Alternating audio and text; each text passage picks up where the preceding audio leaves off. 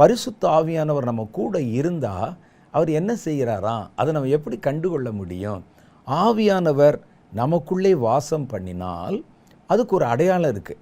அது என்ன அடையாளம் அப்படின்னு கேட்டால், அநேக மனிதர்களை கர்த்தர் தம்மிடத்திலே உங்களை கொண்டு சேர்த்து கொள்வார். அதுதான் முக்கியம்.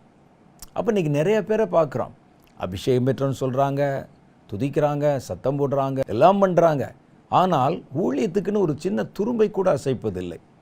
ஒரு மரித்த ஒரு மனிதன் அல்லது ரட்சிக்கப்படாத மனிதனுடைய ரட்சிப்புக்காக எந்த ஒரு காரியத்தையும் செய்கிறதில்லை. அந்த அபிஷேகம் சந்தேகத்துக்குரியது. ஒரு மனிதனுக்குள்ளே கர்த்தர் இந்த அபிஷேகத்தின் வித்தை கொடுத்து விட்டால் அவன் பிற மனிதர்களுடைய ரட்சிப்பை குறித்து கவலை உள்ளவனாக இருப்பான். பரிசுத்த ஆவியானவர் அந்த மனிதனை நிரப்பிவிட்டால் அவன் அநேகரை கர்த்தரிடத்திலே ஈர்த்து கொள்வதற்கு ஒரு காரணியாக, ஒரு உபகரணமாக மாற்றப்பட்டு விடுவான்.